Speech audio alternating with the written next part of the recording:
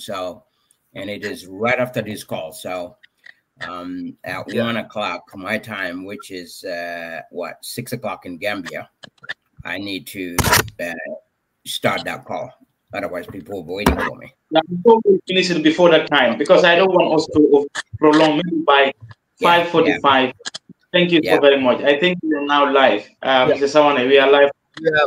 We are now. So welcome to our weekly New Global Media Talk Show. Today is February 2nd. I'm echoing. I don't know.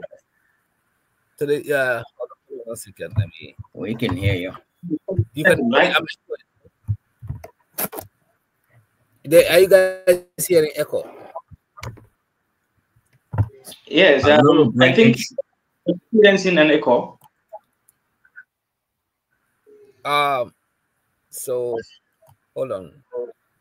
It's fine now. I think I'm logging twice, something like that. Hold on 1 second. You're fine now. I can hear you loud and clear now. If you we're already live, so I need to resolve this. I don't know why it's hold on 1 second. Oops. All right. We lost our guest once again. Okay. So let me just let you guys start, and I will take myself out because it looks like I logged in twice. Okay.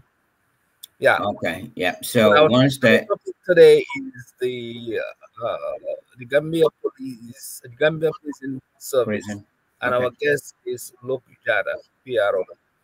So is he? We'll let him introduce himself a little bit. Okay, there he is. So we can get started. So look, you can go ahead because I'm logging twice. So if you will do a little bit of introduction so that now that we are live, everybody watching and everybody that's going to watch later on can know who you are, and then go from there. Luke. Yeah. Good afternoon, everybody. Thank you for this courtesy call. I'm grateful.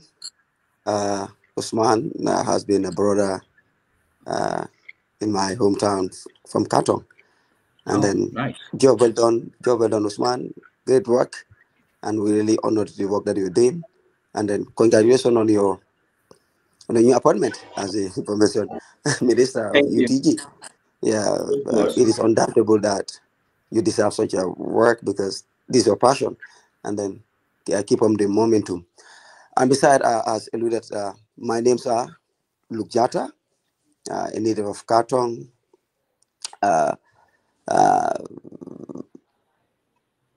Practically, I was born and raised there. Did my primary school, junior school, then 2006 proceeded to St. Peter's Senior Technical School in Lameng.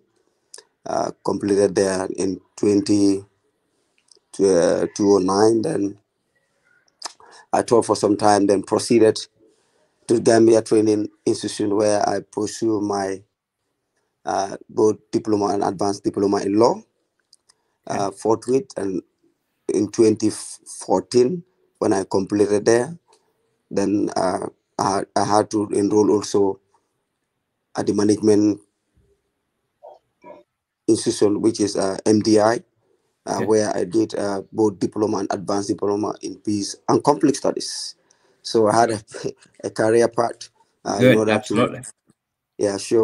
Immediately therefore, I had to then go for my LLB in 2022 precisely.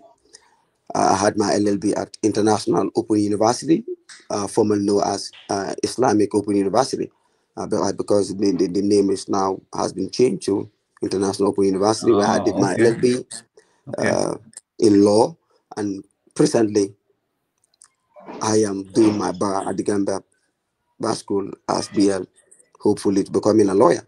Awesome, wonderful. That's wonderful.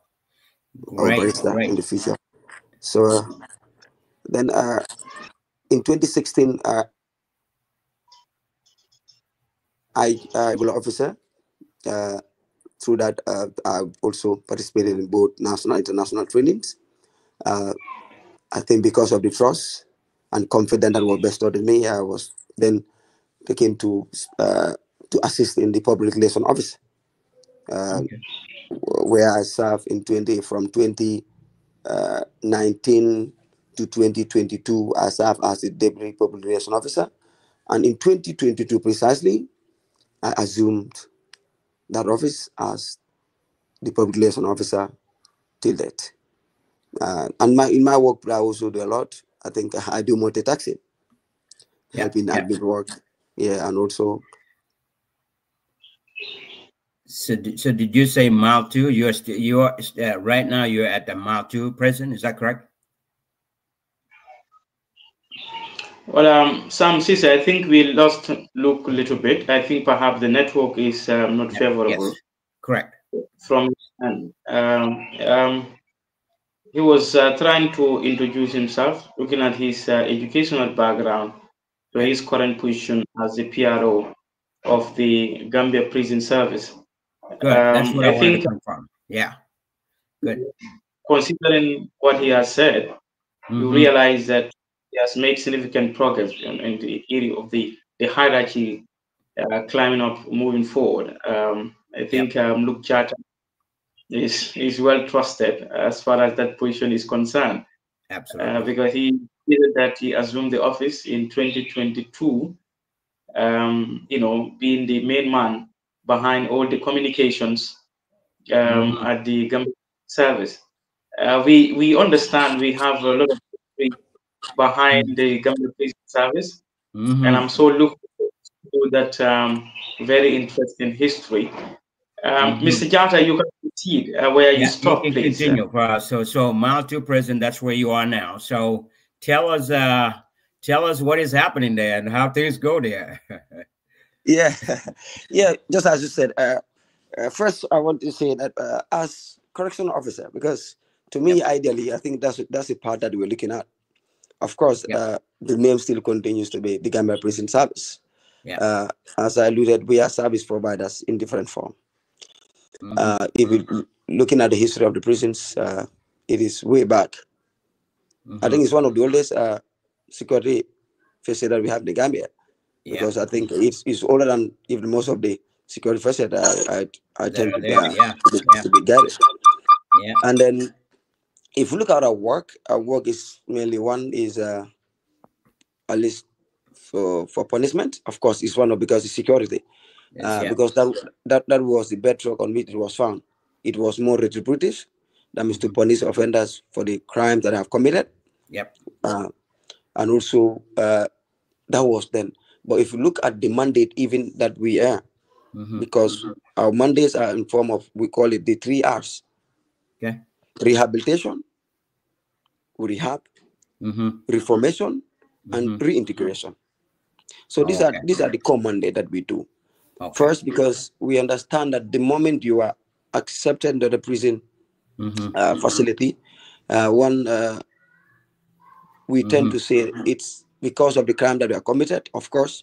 Security, because we also want to protect people so that people outside will not be in contact with the same people that we allege or we perceive them to be bad people in our society, which I think is not, because you can be a victim of circumstance and then you fall in the trap and then you are incarcerated.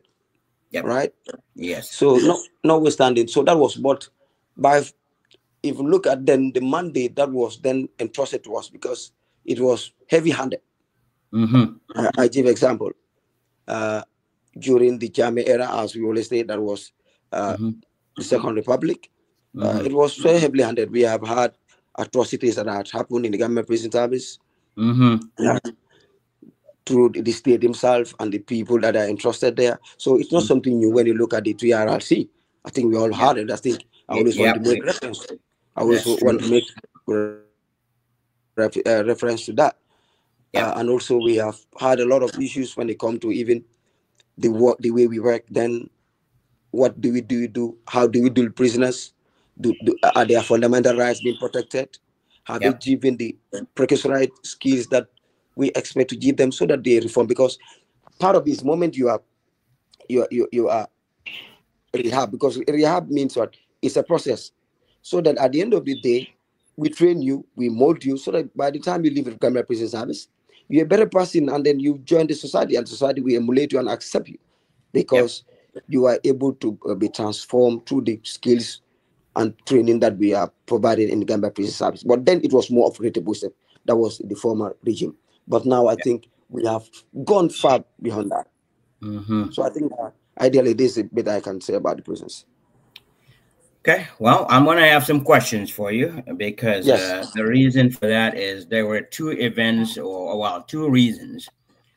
One is right after the 2016 elections, and Barrow won, and then my Fatty was the Minister of Interior, and he visited the prison systems at that time, and it was on video. They videoed it, and that was my first time taking a peek inside the prison and see how the conditions are and what is happening there. So the first comment I made was the government really need to invest into the prison, because looks like the conditions there, where people sleep and all, I mean, that structure is bad enough that I remember even those days when I made comments. I'm the founder of Solutions for Gambia, so I do WhatsApp talks and audios and release them that goes viral to different places. So I did make comments. I said, in that time, he dropped network in Gambia is hard. But during those times, I did make comments. I said, I would not even let my dog sleep in that place, let alone human beings. I mean, despite they committed crimes and they're there to pay for their crimes, you know, but human life, in respect for human life, the fundamental rights of people should still be observed. You know what I mean? So those are some of the things. I'm gonna see if he will come back in and answer some questions there, and see if there has been any development. Oh, good, you're back. So those days I made comments that based on what I saw when my Fati was there, I said I would not even let my dog sleep in that place, because it was bad, not good for human life. It's in by no means any respect to the fundamental human rights. So the place needs to be taken care of, not only for the prisoners, but those who work there, you guys that work there. So the government needed to fix that. I said that in those days. So my question to you is, then I'll get into my second part. My question to you is, has there been any improvement in the prison in terms of maintenance, maintaining the place, fixing the place, so that human beings can live there without getting any disease or getting illness from there or anything like that? Yeah, thank you so much. I think you are very right. When we have had many comments that others will say even their dogs can't even be part of here. Yeah, because actually, just as you said, then the center was more of retributive justice, which is punishing people for the offense that have committed allegedly. All right. So not much thing was done in respect to that, because human rights, it encompasses a lot of things. Yes. The food itself, the environment, and the health. Yep. And also the right to fair trial or justice. Correct. So all these were things that really were degrading at the time. But interestingly, when the new government came, and then these were the center point, that they really want to make sure that the right of people cannot be violated in any form. So now, let's look at the environment itself. During those days, even we realized that some of the environment that even these inmates are, it was very, very disheartening. Right? Very bad, yes. Of course, we have seen even when the TRC, when they are the Al Jazeera, and we have seen it's not something that's quite it's not something new. It is always in the media, so one can only avert himself to that. So a lot of transformation happened. One, we've seen even the conditions of the cells were largely improved. We have seen other cells that has also been built. In fact, to the point that people we keep asking ourselves, is it a hotel that people are staying here? Because of we attribute them to that right, a fundamental right that we don't want to infringe. We want to make sure that they live in a safe home where that people can say that, oh yeah, it really is not a hotel per se, but a place that is so much recognized that anybody come, we know that it is human beings that should be living here. So we have seen a lot of improvement here because by that virtue, we're able, the government through its partners, we're able to build cells at Joshua, so that in the event that it is overcrowded, we can just transfer people there and people can live there, and then while they are waiting their trials. So, and also we have seen improvement even in the cells. We have seen that the government and partners deem fit that the environment itself, so that we're able to do a lot of maintenance because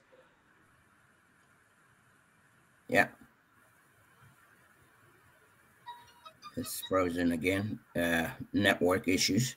But I will continue talking until he gets back, and I'll get to my second phase of what I wanted to say. My second phase is based on the conditions there and based on the status of those prisoners that have been sentenced for some life in prison with hard labor. Some are there for 5 to 10 years in prison, 15, 20, 25 with hard labor.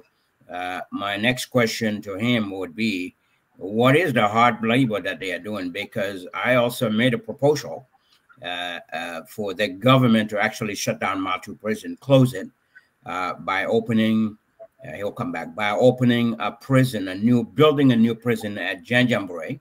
That was my proposal for the Jahal Pachar project.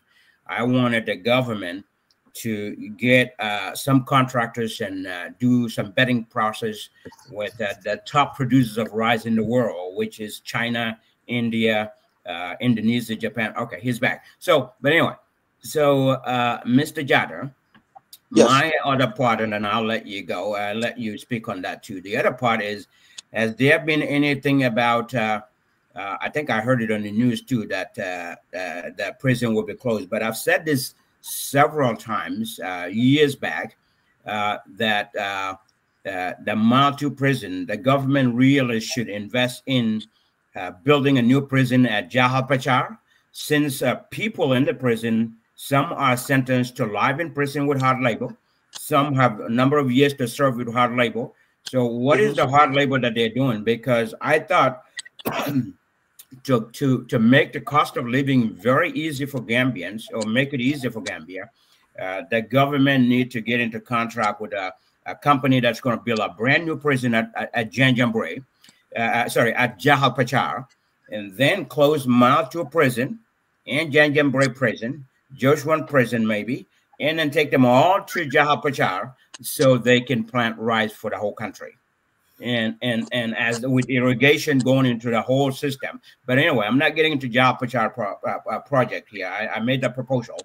But the question to you is, has there been anything said that a new prison is being built, and where are they going? And how are the prisoners serving hard work, hard labor that they've been sentenced? What are they doing? Yeah, because thank you, sir. Because one, we understand that yes, some of them are sentenced to prison, and then even in their sentencing guide, you hear the pronunciation with hard labor. But yes, here, hard labor is very subjective in the sense that what defines hard labor, because we need to know what is hard labor, because a pronouncement can be made on a verdict, but it is not well defined. Even we don't have it in our prison context. Probably that's the sentence guiding that the judiciary need to guide us to clarify, to know what is hard labor. Yeah, because if you look at just as you said, in as much as we say we want to incarcerate these people, but these are also people that we also need them that right word, because that hard labor they're talking of. Let's say, for example, every day, maybe the prison context that you have something doing, maybe you are working in the farm. So if you sentence a person to say sentence to hard labor, does that have any effect on the person who does everyday farm work? So to me, hard labor is just something that's very, very subjective. So they need to define us what is hard labor, because these are daily prison job. Because what happened in the prison is that we make sure that everybody has something doing, right? in doing so that we make sure that the enable environments there, like just as you alluded before. In as much as we are also a community, because I tell people the prison is a community of its own, because we are more than 100, right? So previously we used to do what we call the farm job, so that we also able to feed ourselves, because not only but we are into agriculture, because we believe that as a community agriculture is important, because that food, any production that's made, it goes back to us, and also it pay different to the food service and security that we need in the prisons. So now, ideally, as an institution, we have the view to say that, of course, in as much as we said we want to.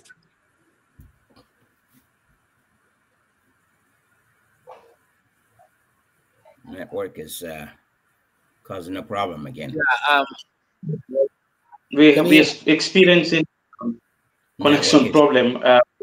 And I don't know what is the problem there, but can you guys hear me? Typically, yes, connection.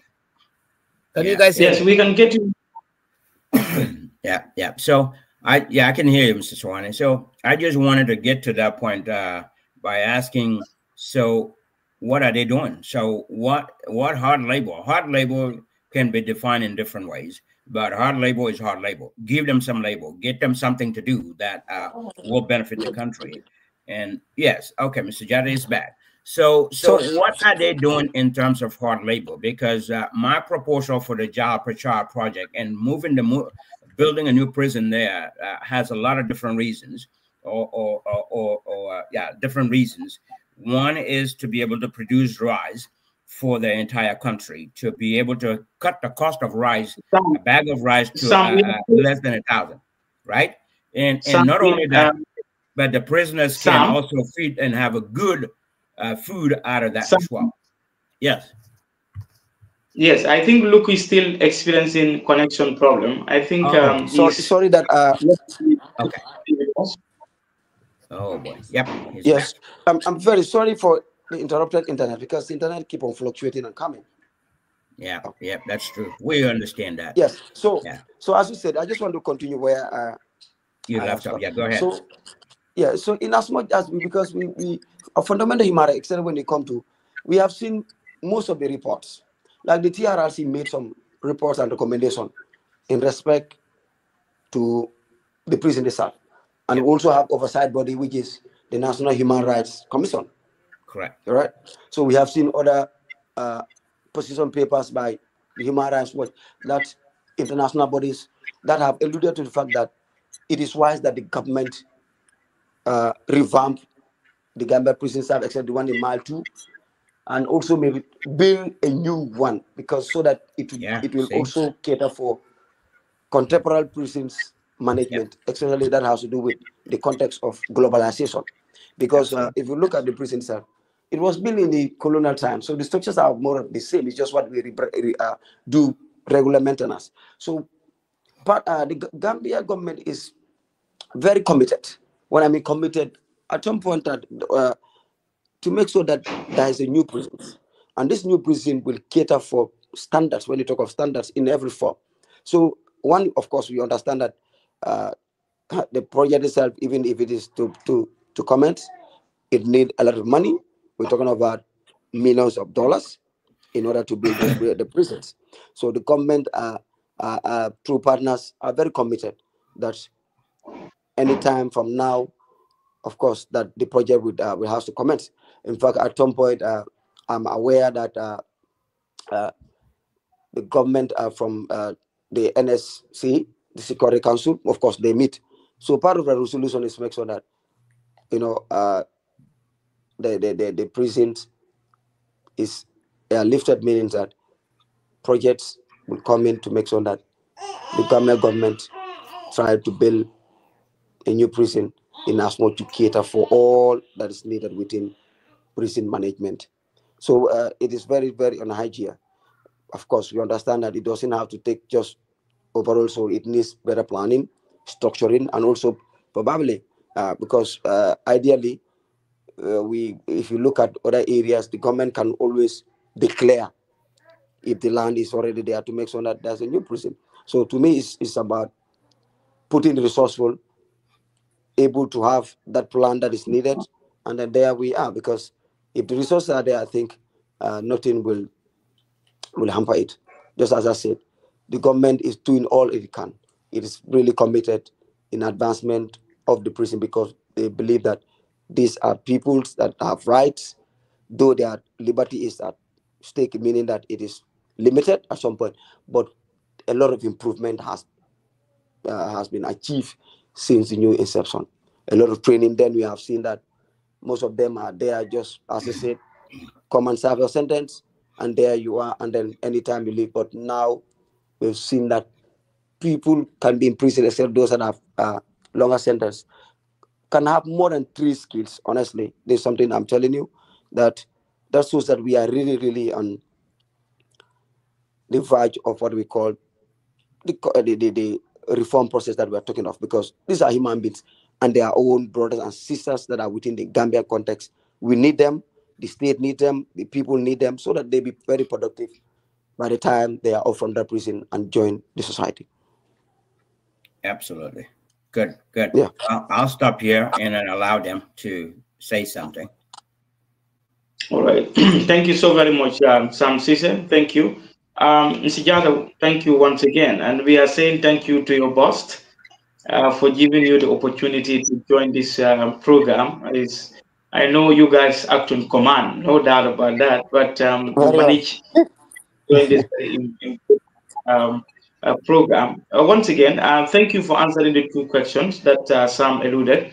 I just wanted to ask the issue of the trajectory currently, or your current experience as far as the job is concerned. We understand personally. I'm not very aware. I don't have little knowledge about the prison service until the fast forward, that is 2016, 2017, when the TRRC came in. All right, and then I need to understand the issue related to the prison service. Tell us your experience from 2022 to date.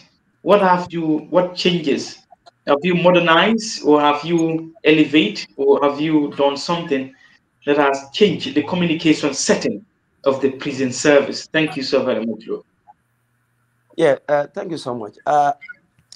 Just to give I could remember initially, we never had a public relation officer, right? During those days, even when we have events or anything that has to do with prison management, the government has to bring in somebody to step in that tune. So, because we believe that communication is a key component, so that people know what we're doing. Because if you look at the prison itself, it is believed to be so much that it is in the dark, that people don't know what we do. People only come to know what we do. Probably they have come to the prisons and see the good work that we are doing. So you know that we are trying to strengthen the communication better, because then that was when we have able to have some of the projects like the Facebook, where people can see what we do. Government also made an initiatives where they synchronize Islam ministry, so that information can easily be accessed by any other person. So then they and then also give credit to the director. That's any person, either organization or institution or media houses, that want at least to have an interview or have an insight of what you do. His doors are always very open, because he had that open door policy that you can come anytime, anywhere, and then he grant it to you, because he want to, so that the Gambia knows, and even the international people, the international world knows what the prison is doing, because it has been so much left in the dark that people don't really know what we do. So some of them are quite marveled when they hear or see what we do, because most of the time when people come in the prisons and have programs with them, it is on our pages. The media will also cover it. So this is one of the initiatives that have always been. We have also been involved in the radio talk shows since from 2019 precisely, 17, 18, when the police FM came in. So we have always there week in, week out to sensitize the people on the job, the current happenings that are ongoing there, so that people wouldn't know And then that, in fact, through the communication, we have seen a lot of progress and trust that people are willing to come and support. Then it was not only limited, but then, in fact, what happened during previous comment, we are told that the government select or they just nominate who comes to the prison. But now, organizations are coming in their form, in any form to support. And then some of them is true that they also want to extend. We have seen a lot of donations, worth of millions. We have seen even when you come to improve some of them with items, and also to help improve some of the services that we think that they think that we are limited. So because of that, communication has been so strengthened that a lot of people are now aware and very willing to come and support the prisons in any form that we can. In fact, through that, we have also partners, through that communication partnership have come to also boost the training capacity that's ongoing there. So through that, we have seen a lot of training capacity for both inmates and officers. It used to be there, but not strengthened. But now, because of that communication, that we have had to revamp. So we have seen a lot of public trust, and then people now have really, have concern to say that it's good that we support them, and then we have seen a lot of growth in that aspect.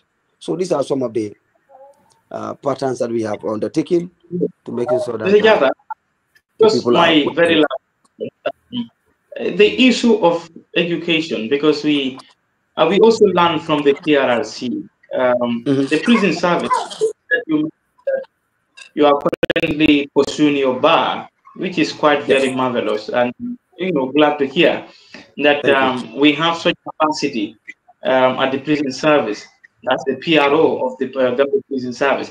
Tell us about the issue of whether is there any improvement on the issue of the education level of those those you recruit, because I think history has recorded that people that have graduated, like stop at grade 6, grade 7, grade 8, grade 9, those are the ones that, of course, applied for the prison service.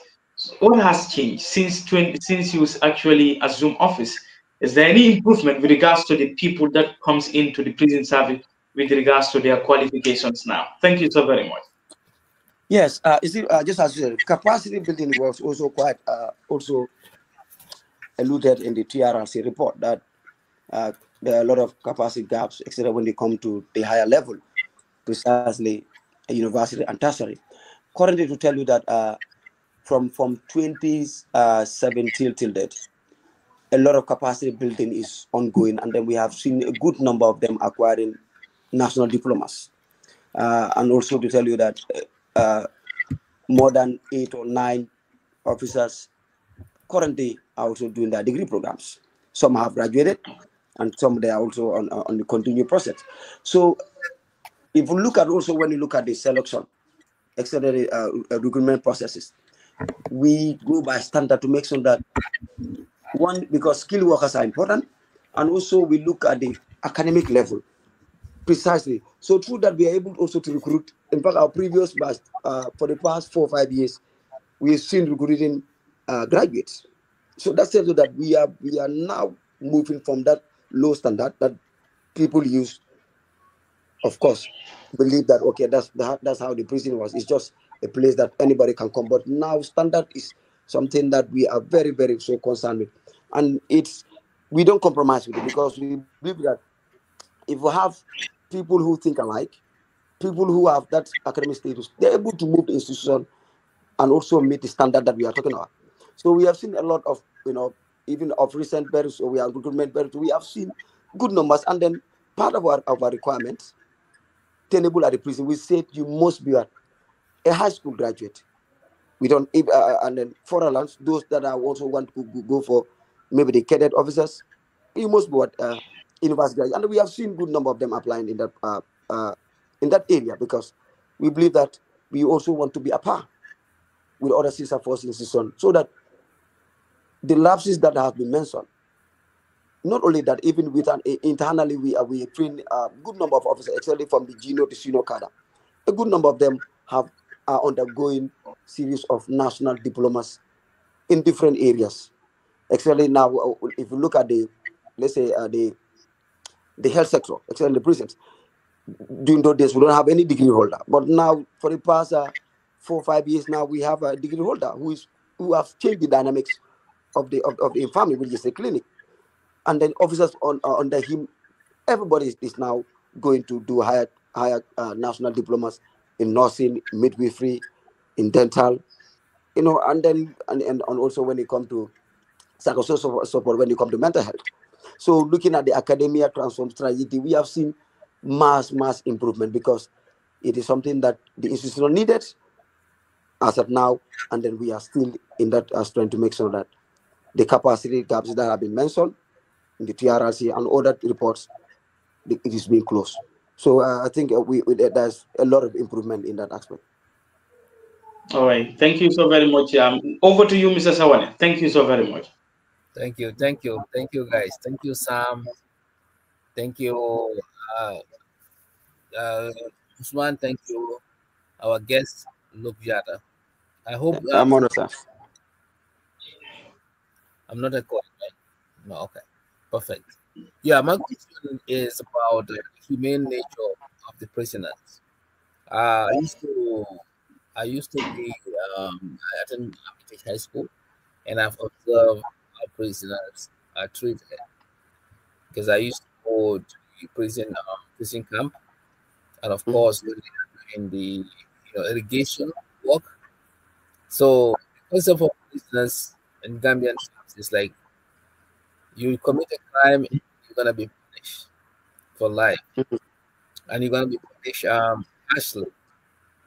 Okay, you even things that don't make sense, you're gonna be doing it just to be punished. But if you look at the list, I mean, a prison is considered as a place where you build yourself, you learn from mistakes, you get fed very well, you don't have to pay bills, you get the medical treatment you need. Okay, so what is the concept in Gambian terms of a prisoner? Is it to build somebody from the mistakes they make, or to punish somebody to help and make his life more devastating? Because mistake already has been made.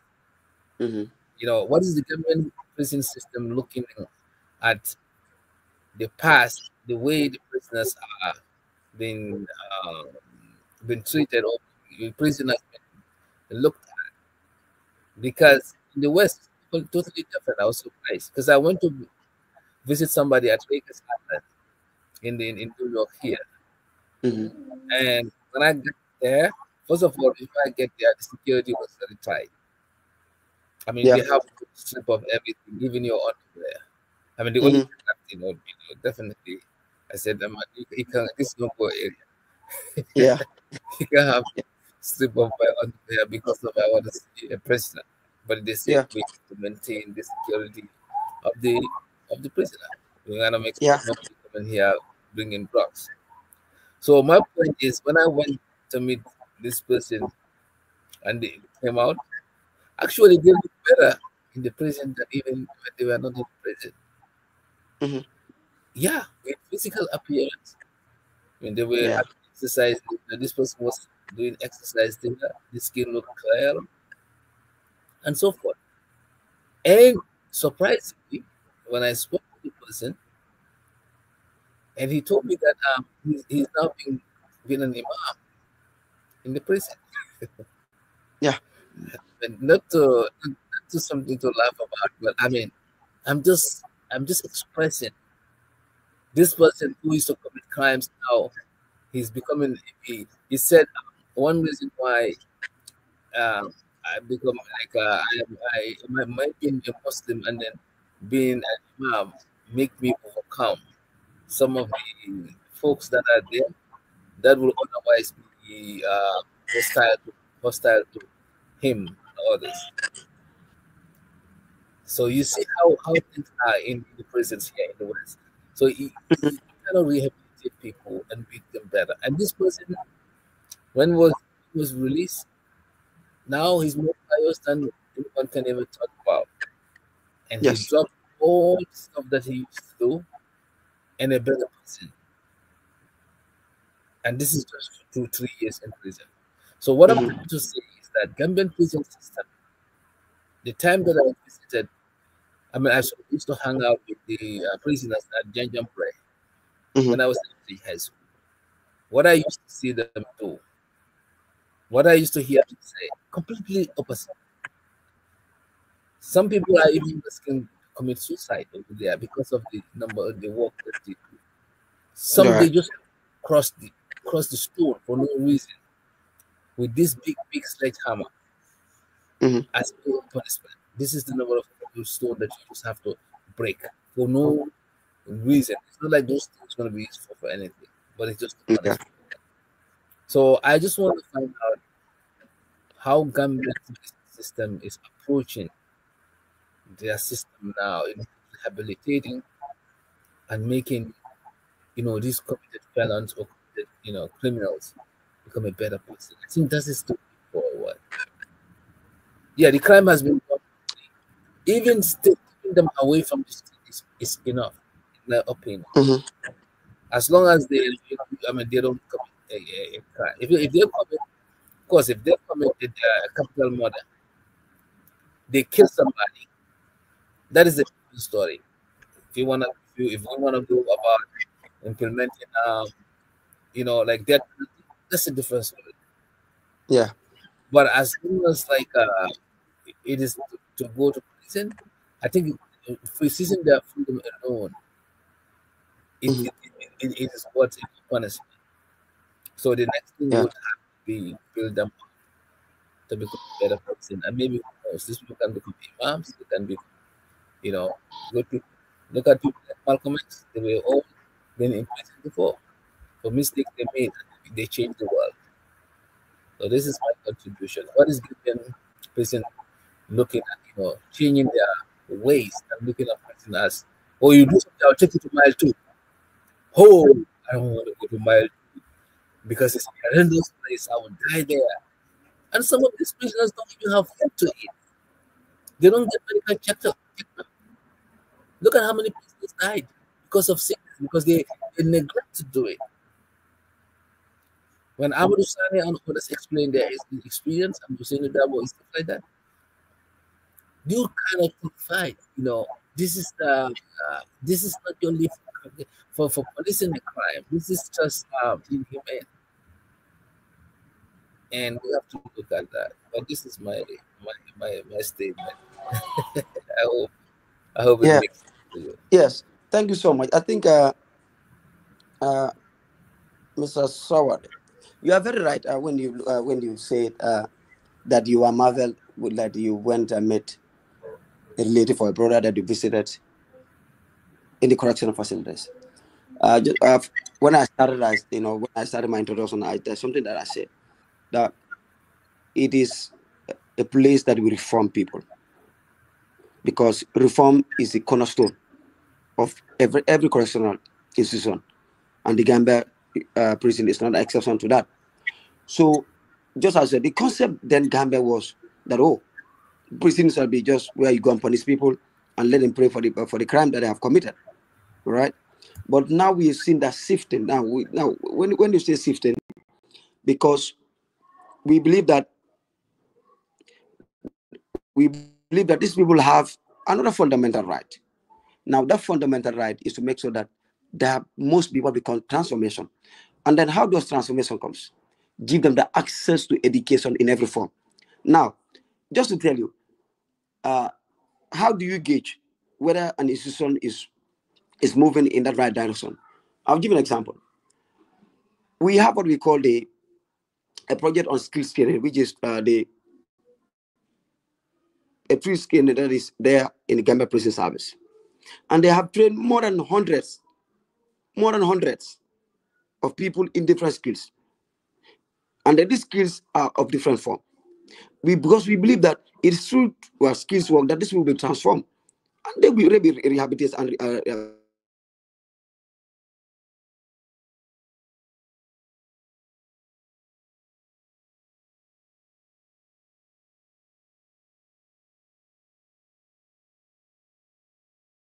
Sam, did you lose him?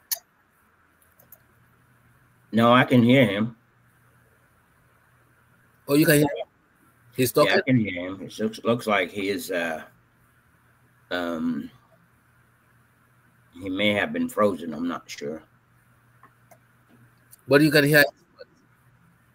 Yes, I can hear him. Okay, because I cannot hear him. Okay.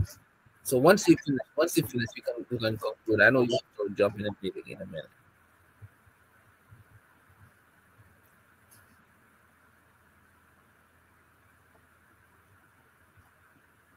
Yeah, Sam. Okay.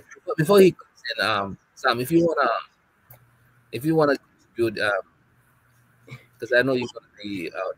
Yeah, I'll say my final, and then yeah, I mean the connection between connection in Gambia is really poor and making it difficult for them to communicate very well. But at the end of the day, the prison system, I think, really need to be reformed. And just like I said, when Barrow took our country as a president, my Fati was the interior minister, and during that time he made a trip to the Malta prison, and then before TRRC, and that was the time I said, you know what, this prison system really needs to be rebuilt somewhere else where we can maintain the human rights and dignity by giving them a new prison at Jalpachar, to be able to go into rice farming for the whole country, be able to feed themselves. Because I heard that what they eat at the prison, their meals are not very good either at all. So by putting them in a new prison, number one, that's a new facility. They will have a better place. And number two, they will be able to do a lot for themselves and survive and be able to provide food for themselves in the prison there. That gives them the opportunity to be able to shut down this other prison, Matu prison, and be able to build something somewhere and have them move. Because it's very important to be able to respect human rights and allow the prison system to transfer to a different location, but at the same time be able to help and do what is best for the country, but for the prisoners as well, while maintaining humanity. You know, so those are some of the things. And I wanted to ask him too, you know, in the prison, I know I heard on the radio before someone or some people escaped from the prison. I wanted to ask him, were they apprehended? Well, number one, how did they escape? And two, were they apprehended? And three, what happened next? And what are they doing to prevent something like that happening? So just in case. Well, people escaping in prison, you know, that's common. I mean, I know. It happens, but it happens all over. But even in the West, it happens a lot. Yes, I know that. Yeah. But I want to see child still escape from prison. Right. So yeah, I want to say yes. In Gambia specifically, what are they doing? That's what I want to know. Have those people been apprehended? And two, what are they doing to prevent something? What are their tactics? What are their strategies that they have in place to at least stop that from happening again? You know, what happened? How did they escape and things like that? So there's always a reason for something. Yes, every prison or a lot of prisons in the world have people escaping one way or the other. Not every prison has people escaping there, but some places it does happen. And they will put some anytime something happened, you always want to do a case study and see what happened, and to put strategies in place to prevent something like that from happening again. You know, so but those are things that I wanted to ask. Yeah, and then I just want to ask you something, Sam. I know you are a proponent of Jahal Pachar. What's that? You are someone who supports prisoners to be moved to Jahal Pachar. Yep. And the main reason for that, is it that you want them to be punished, you know, working in the rice field? No. Or what is the main reason you advocate for that? Yeah, part of the reason for that is a couple of reasons. One reason is get them out of this bad condition that they're in and go to a new facility with a better living condition. That's one, right? Because a new facility will come up with, they will build it to a standard, a modern standard, whereby they can have everything that they need. Schools, mosque, and all of that. So basically, to give them a better life in prison. Number two, while they're serving their sentence, and since the judge already sentenced or judges already sentenced them for hard labor, they can also work in the hard labor by going to the rice field and produce rice, not only for Gambia but for themselves too. Because the food, I heard, the food that they eat there is not good either. But if they are planting rice and getting rice, so they will have fresh rice every day, right? That again is more of a building their conditions to the next level, to give them a humane standard of life. In other words, while they are serving their term, and produce rice for the country, which will also help the country. So it's good for either way. It's good for the prisoners, good for the country. So the country can get enough rice to be able to feed the country, be able to, with the help of the Ministry of or involvement of Ministry of Agriculture, we will be able to minimize the cost of living, because rice can come down. The price of rice being produced in the Gambia and enough produced. And I didn't say that only for prisoners, because if on my statement there, I also said that Jal Prachar will be that for the prisoners there while they built, when they built the prison there. But I also call for an irrigation system to go from all the fresh water, to further down into the combos, so that they can hire other Gambians as well to work in the same field, give them incentives to work there, especially people that don't have a job, the backward boys, people that are sitting not doing anything. They can have a job, be paid every month with some incentives, and help our country minimize the cost of rice below 1,000, which will be a great achievement. That is a good point. What did you say about the mission of, instead of focusing on, like having them cultivate rice, that will help the country and that will help them feed themselves?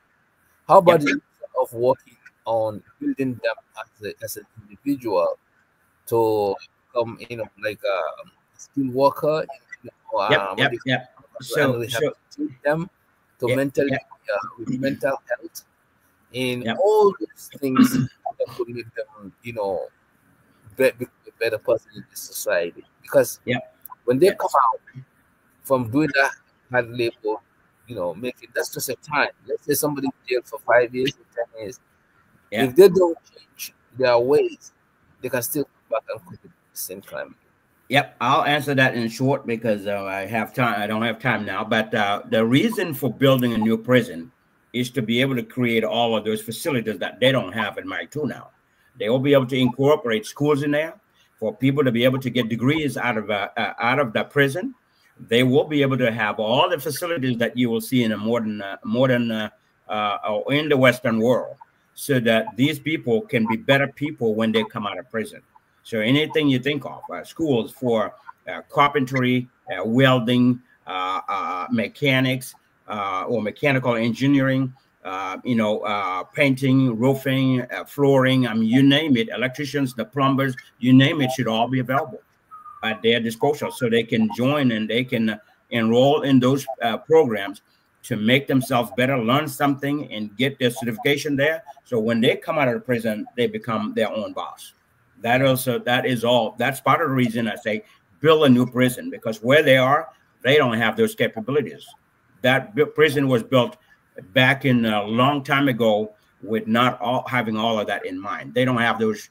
They don't have a place to do all of that, I don't think. But anyway, I need to get off here. So thank you, dog. Thank you. Yeah. So thank you. Maybe one day we'll get into that as well.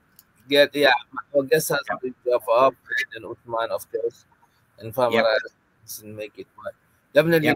Thank you for your time. Thank you. Thank you. Yeah, definitely catch up next week. Take care. Yeah. I think our guest is trying to get. Let me see. Yeah, let me see if I can get him to finalize. Yeah, look.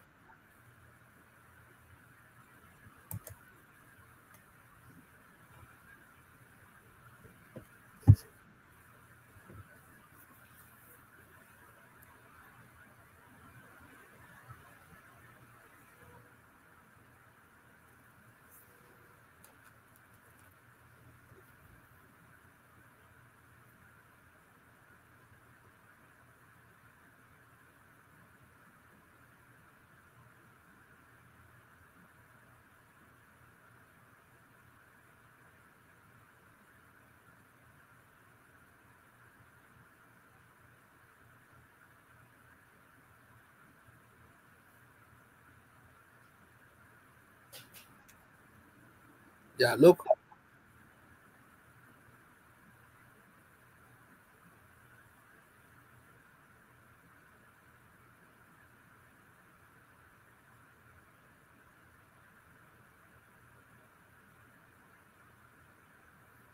Okay, we're gonna end this show here. Definitely, because of connection issue, we might not proceed. But we will get in touch with Jatta, the president, who was prison service. So we maybe schedule another day. All right, thank you so much for our viewers. We're gonna end up. Thank you.